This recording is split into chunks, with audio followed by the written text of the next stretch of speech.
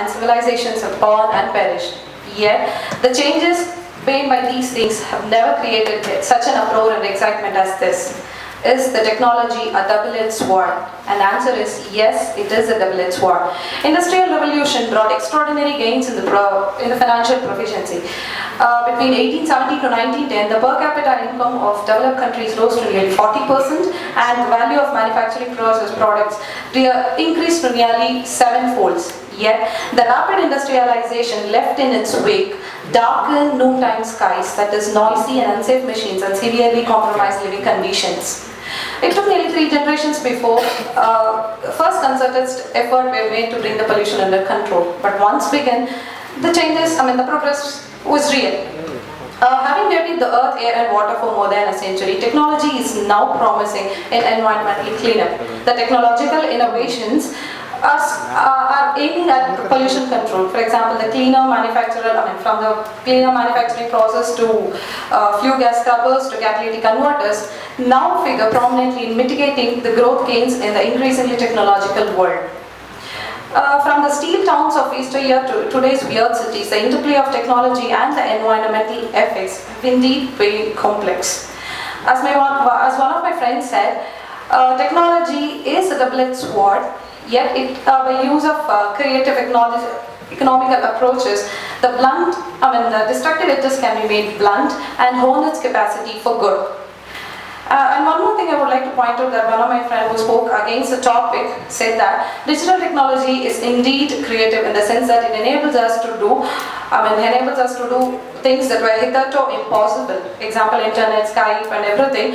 They have transformed our life mostly for the better. And digital technology is indeed destructive in the sense it destroys and undermines things that are valuable. The bookshops and the print papers and etc. She said that who knows even the institutions like BBC. But I would like to point out that, my dear friend, it goes for the topic and not against the topic. And technology is something that has to be embraced and not ignored. I believe Earth is a far better place because of technology.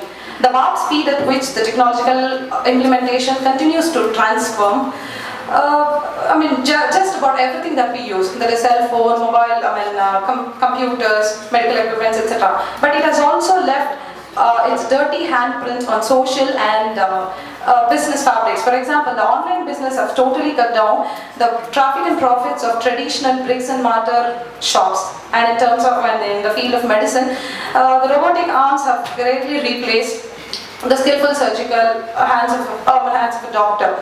So the kids have totally forgotten of what it is to go out and play with another friend, or they have totally forgotten to pick up a call and talk. Instead, they do just text messages and they challenge a friend online.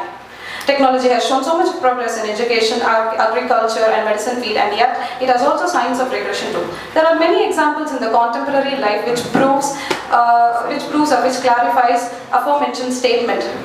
Technology has given us devices that saves time. For example, washing machine, fax or email, etc. And internet allows us to access the number of information just a fraction of a second. As my friend said, we do feel that we don't have enough time. So much so that the social critic Jeremy Rifkin says that it is ironic in a culture so committed to saving time, we feel increasingly deprived of the very thing that we value. His words are very true. As my friend said, technology was supposed to actually free us from the dictates of the clock, but what we feel is that we don't have time for ourselves or for others. So, and also, despite even Richard Wurman, a famous economist and a socialist, said that we people, nearly everyone, suffer from information anxiety, concern about discrepancies between what we know and understand and what we think we should know and understand. To sum up, let me say that technology creates culture without moral foundation.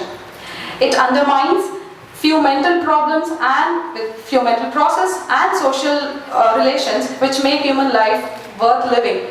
Technology in sum is both a friend and a foe. Finally, I would like to end up with a quote which I was really impressed of. It was a quote by Southern Times. Technology has given us rope to climb, to develop and build, as well long enough to hang ourselves. Thank you one and all.